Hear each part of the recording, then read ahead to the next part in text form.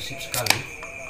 Lanjutan daripada yang kemarin, yakni masih dengan Mbah Roso, yang dimana beliau ini adalah seorang mantan praktisi santet ataupun dikatakan dukun santet. Kalau kemarin kita sudah membahas mengenai tentang sejauh mana pengalaman pribadinya menjadi seorang praktisi yang demikian sampai akhirnya dia telah meninggalkan dunia hitam tersebut. Pada saat ini saya ingin lebih jauh lagi mendalam mewawancarai beliau, bagaimana cara beliau mempraktekkan sebuah santet di masa lalu, yang dimana beliau pernah katakan banyak orang yang meminta bantuannya demi hanya untuk melenyapkan sebuah nyawa, cukup dengan menggunakan bantuan makhluk gaib. Bagaimana kabarnya, Mbak Roso? Baik. Abang? Sama baik saya. Oke. Mbak Roso, sekali lagi sebelum saya jauh mempertanyakan tentang masalah santet ataupun teluh yang pernah Anda lakukan, dalam hal ini saya ingin membahas bagaimanakah bila Anda bisa mempraktikkan cara melakukan santet sehingga bisa melepaskan nyawa seseorang dari raganya atau bahkan membuat seseorang itu sakit. Keberatan apakah tidak? Ya, sebenarnya sih untuk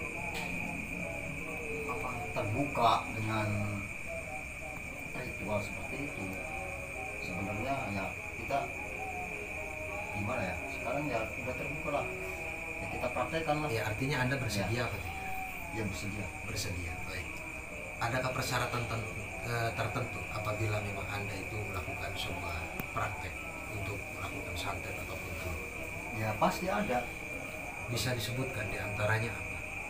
Ya kita harus menyediakan apa namanya untuk ritual dan Sesaji? Iya, sesaji. Contohnya Misalnya kita pakai dupa, ada kemenyan ya berasap itu ya, ya, terus bunga kembang-kembang itu di dupa ya, kemudian juga harus ada darah hewan seperti apa? ular, Oh, burung ya, burung. binatang-binatang juga tertentu yang kita pilih, yang kita butuhkan, tidak sembarang apa itu ular apa. Apakah semua dukun santet juga melakukan persyaratan sesajian yang sama seperti yang Mbah Roso lakukan? Kemungkinan ada kesamaan. Artinya Anda mempradugakan kurang lebihnya Iya. sama, atau Sama. bisa meyakinkan ada juga yang berbeda terkait daripada gurunya masing-masing Ya, atau alirannya alirannya masing-masing. Jadi santet ini ada beberapa macam aliran. agemnya gitu kan. Iya. Mungkin berbeda, tapi arahnya ya pasti begitu. Cara itu juga, atau sesaji apa persyaratan itu mungkin berbeda. Kemudian apakah Anda sendiri selain daripada adanya sesajian itu terkhusus kepada diri pribadi Anda gitu, disiapkan secara ada tapaknya dulu kan, atau ada proses lain Oh sebagainya? itu pasti kita harus benar-benar apa ya, diri kita harus puasa, harus mengosongkan seperti kita tanggal sekian atau hari ini yang kita tentukan terkait dengan yang Target. dituju itu. Target. Iya, kita punya hari tertentu atau berjalan itu ya. Iya. Kita udah mengosongkan perut. Kita berpuasa 3 hari 3 malam. Apa sama Pakai cara ini. bukanya ini seperti layaknya orang berpuasa di Ramadan? Bukan, berbeda lah. Nah itu mungkin sedikit ada rahasia. Saya takutkan ada yang Mengkritik ya dari aliran-aliran ya, yang seperti mantra yang kita pakai juga kita nggak bisa terbuka luas. Jadi artinya apabila saya menginginkan Anda bisa mengucapkan sebuah mantra dan mempraktikkan dengan sebuah boneka fodol, ya katakan seperti itu, boneka atau orang-orangan. Iya. Nah, apakah sedikit tidaknya Anda bisa mengulaskan untuk mengucapkan mantranya itu? Paling tidak sedikit saja, untuk menjawab rasa kepenasaran terkait pemirsa yang sudah jauh lebih tahu dari wawancara kita kemarin dan berlanjut pada wawancara pada sesi malam ini? Bisa ya? sedikit lah. Nah, kita tidak berani terlalu jauh, Iya, karena baik. mungkin ada yang sama, tapi ya sebagian orang nggak tahu lah, ya orang-orang yang tertentu yang punya amalan tersebut atau kalimat-kalimat itu. Baik, saya menghargai privasi ataupun ketentuan yang Anda tentukan dalam sesi wawancara ini. Selain daripada itu, satu hal lagi yang memang masih menjadi rasa kepenasaran saya pribadi terkait bayaran. Bolehkah disebutkan? Tidak perlu harus Anda sebutkan banyaknya orang, tapi nilai terkecil apabila orang itu menyuruh Anda untuk melakukan praktik santet. Di kisaran angka berapa? Ya itu variasi yang kita bikin lama sakit, terus yang berat ini yang kita lewatkan orang, kita bunuh orang. Iya, yang kemarin Anda katakan ya. Nah itu berapa? Di atas 5, Di atas 50 juta, ya udah sampai 50, 15 juta, 5 juta. 5 juta cukup ya. Artinya dengan uang 5 juta rupiah seseorang bisa menyuruh Anda untuk melakukan sebuah praktisi santet ataupun teluk, dan Anda bersedia untuk melakukannya kala itu. Nah itu Terkait hal ini, apabila ada orang yang menyuruh Anda dengan angka yang fantastis, ya kalau sekarang saya enggak,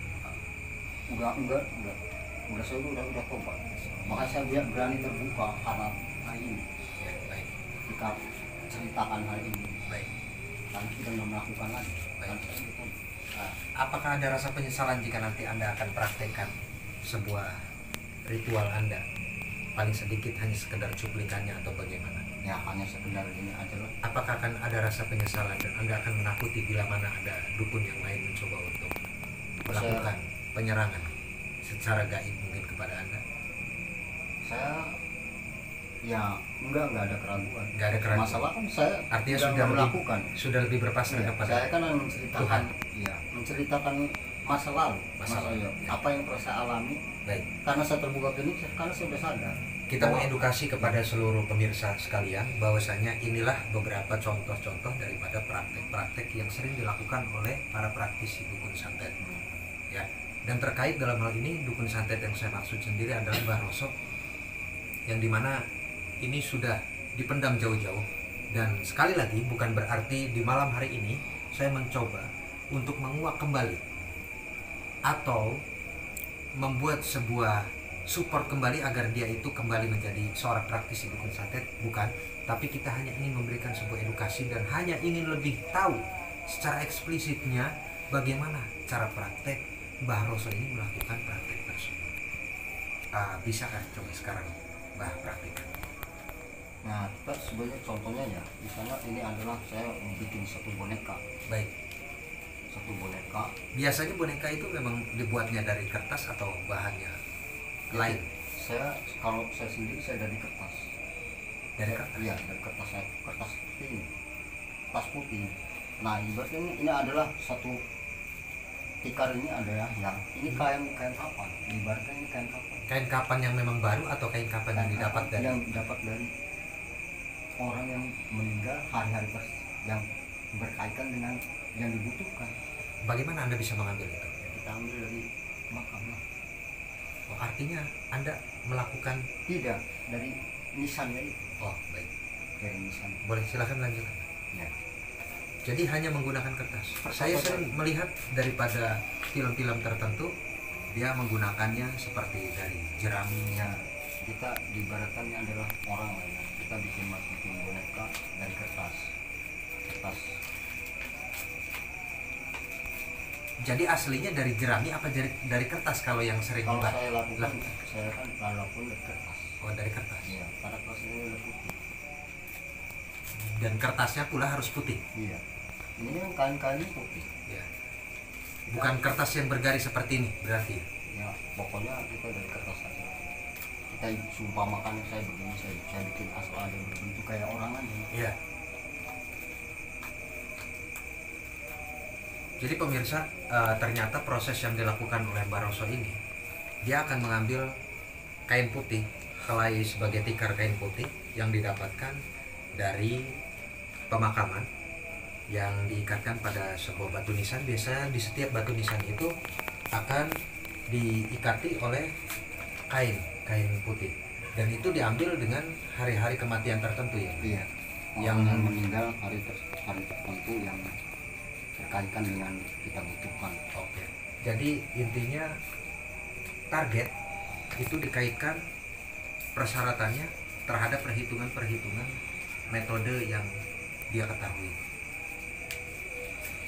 Dan melakukan untuk sebuah gambaran terhadap bonekanya tersebut ini hanya dilakukan dengan kertas pemirsa, yang dibentuk menyerupai seakan-akan gambaran dari seseorang, yang dimana dijadikan sebuah target. Nah, setelah bentuk ini, lalu saya baca mantra. Ya, bisa dikasih begini ya, untuk biar lebih terlihat di kamera. Kita pegang, Ya. bisa pegang seseorang. Ini saya sebutkan nama. Oh, baik. Dan nama orang tuanya lengkap sama Lengkap. kelahirannya. Artinya orang yang menyuruh Anda ditugaskan pula oleh Anda untuk mencari nama orang tuanya, Iya. hari kelahirannya, Ya, nama harus akurat mungkin. Iya. Dan Anda apabila ada orang yang menyuruh Anda, dia tidak mau mencari nama jelas atau apa, apakah itu akan sampai juga? Kalau tidak akan sampai Karena dan tidak tahu nama orang tuanya nama dan alamat, iya, nama hari kelahiran, lahirnya, iya, akhirnya tanggal harinya itu. harinya apa tanggalnya? Harinya. Wedalan. Iya, bedalannya.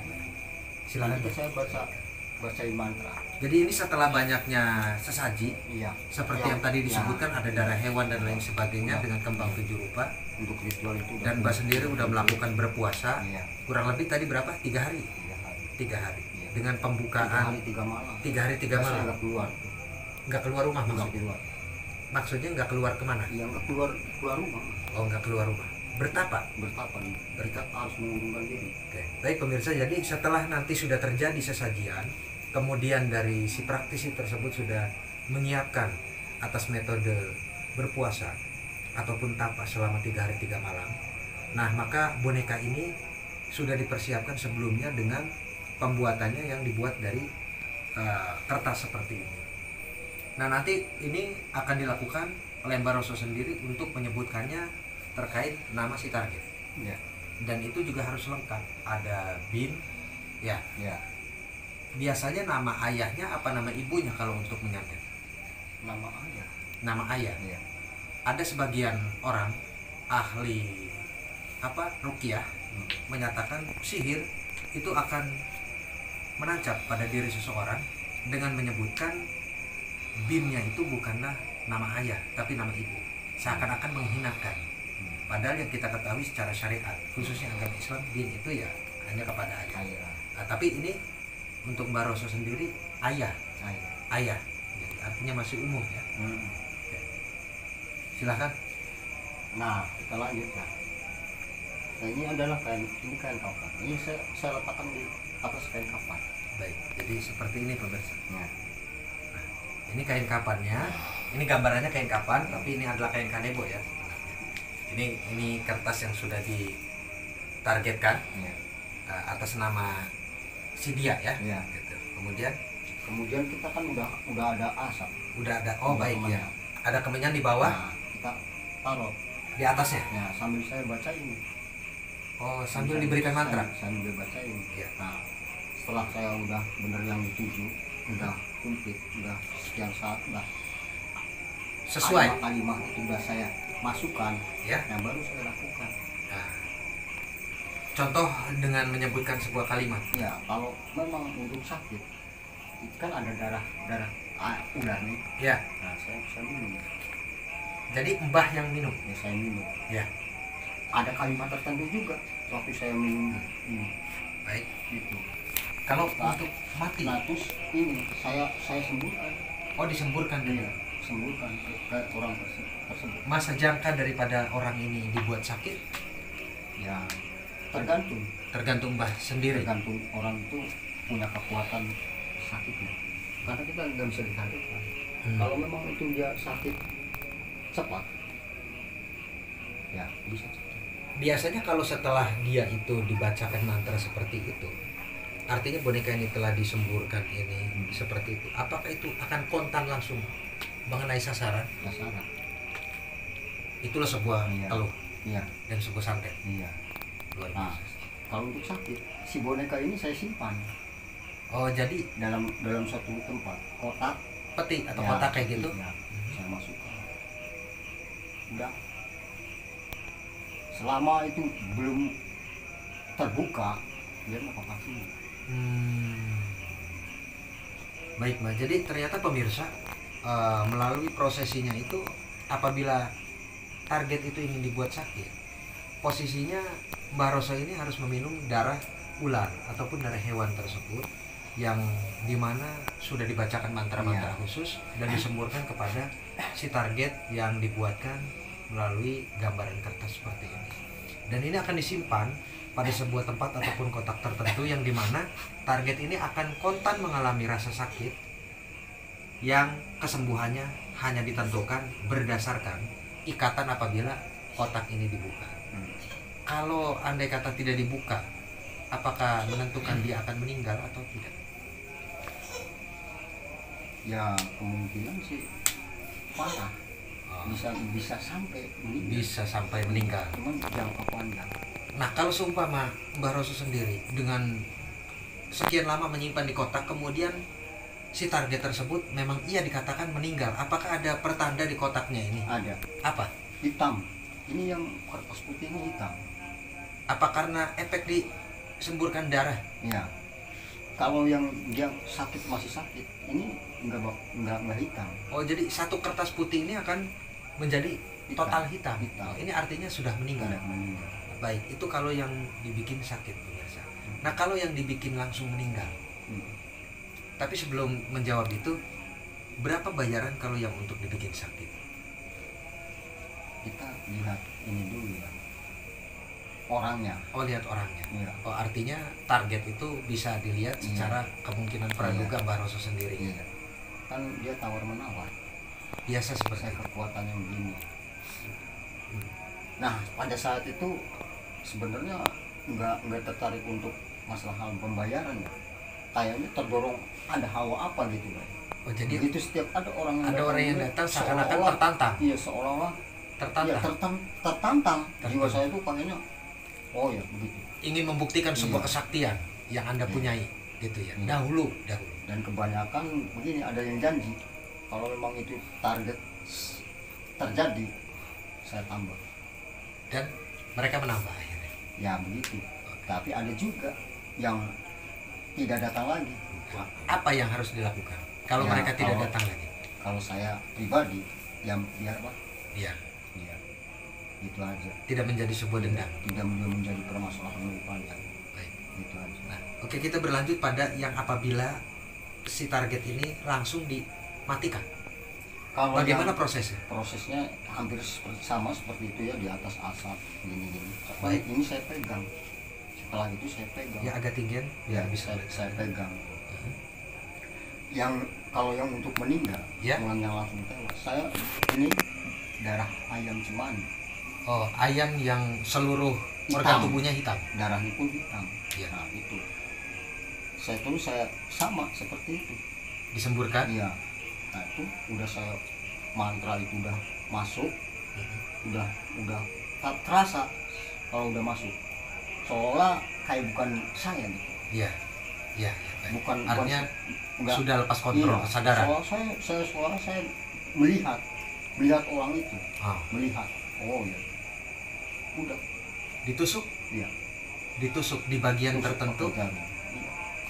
Dan si target pasti kontan akan mengalami rasa sakit. Baik pemirsa, jadi seperti yang kalau kita lihat di film-film, hanya perbedaannya ini hanyalah dalam sebuah medianya saja. Kalau di film-film mungkin kan menggunakan jerami atau lain sebagainya. Uniknya di sini Mbah Roso menggunakan kertas ya, yang dibuat seperti ini, tapi pada intinya fungsinya itu sama. Dan apabila Mbah Roso ini berniat untuk membuat tewas terhadap target tersebut, maka prosesinya adalah dengan menyemburkan darah ayam cemani yang sudah dibacakan mantra tertentu dan ditusuk pada bagian tertentu menggunakan satu jarum yang kontan. Ini akan dirasakan oleh si target tersebut.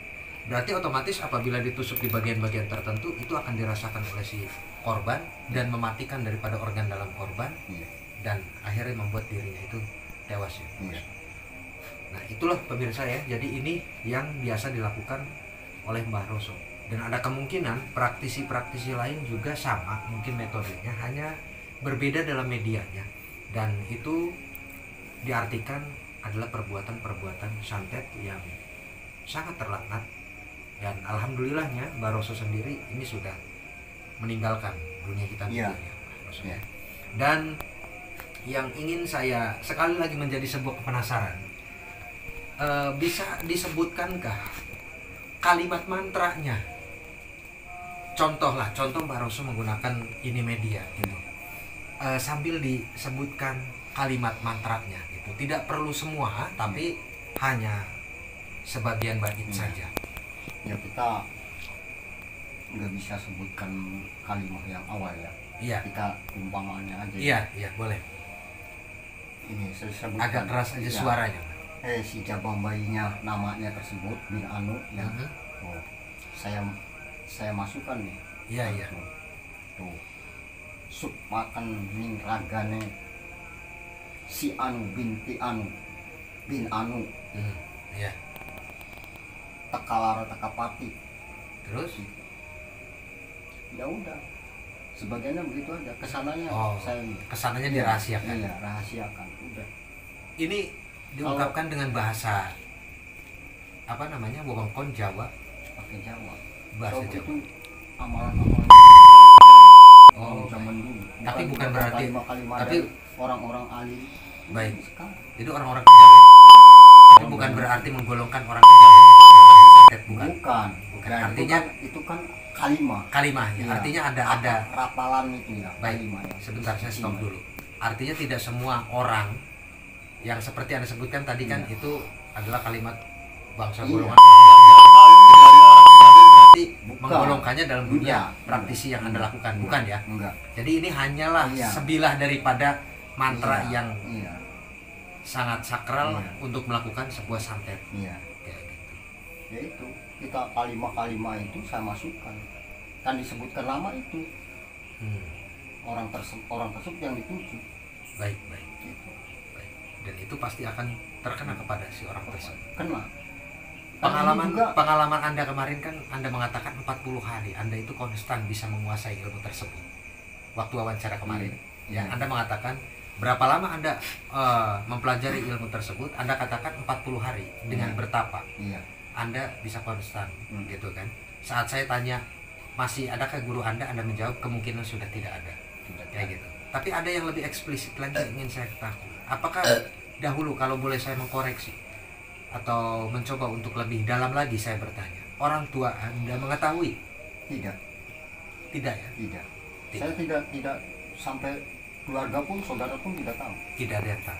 Tapi semenjak banyak orang yang berdatangan dan akhirnya masyarakat waktu itu kan pada berdatangan, seperti yang dikatakan oleh Pak RT waktu kemarin kayak gitu ya, disitulah akhirnya mereka tahu gitu ya. Dan apa ada rasa kekecewaan dari orang tua ataupun saudara setelah mengetahui Anda adalah seorang praktisi dukun teluk atau dukun santet? Ya ada jelas ya. Dan saat ini pula Anda merasa sangat kecewa sekali Anda pernah menjadi seorang yang seperti itu. Yes. Apa sekarang ini ya penyesalan lah. Ya, penyesalan yang merasa sepenuhnya. Kalau seorang saya diperlakukan begini, apakah saya diampuni? Gitu. Ya. Baik pemirsa, jadi itulah daripada materi kita kali ini dalam sesi wawancara saya bersama Mbah Roso ini.